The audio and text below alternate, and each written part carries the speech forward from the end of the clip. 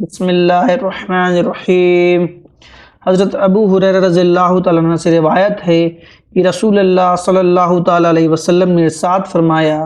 کہ جو شخص صبح کو سورہ مومن کی ابتدائی آیات اور آیت الکرسی پڑھ لے تو ان کی وجہ سے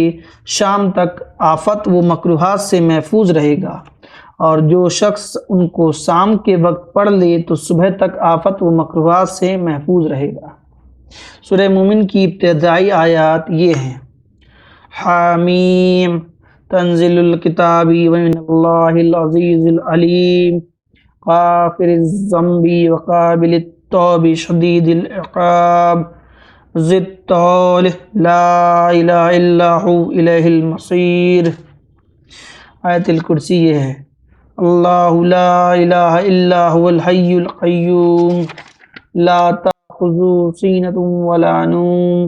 لہ ما فی السماوات وما فی الارض من ذا الذی یشفع عندہ الا بإذنہ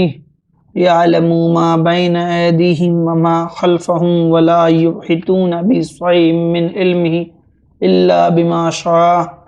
وسع کرسیہ السماوات والارض ولا يعود حفظهما وهو العلی العظیم۔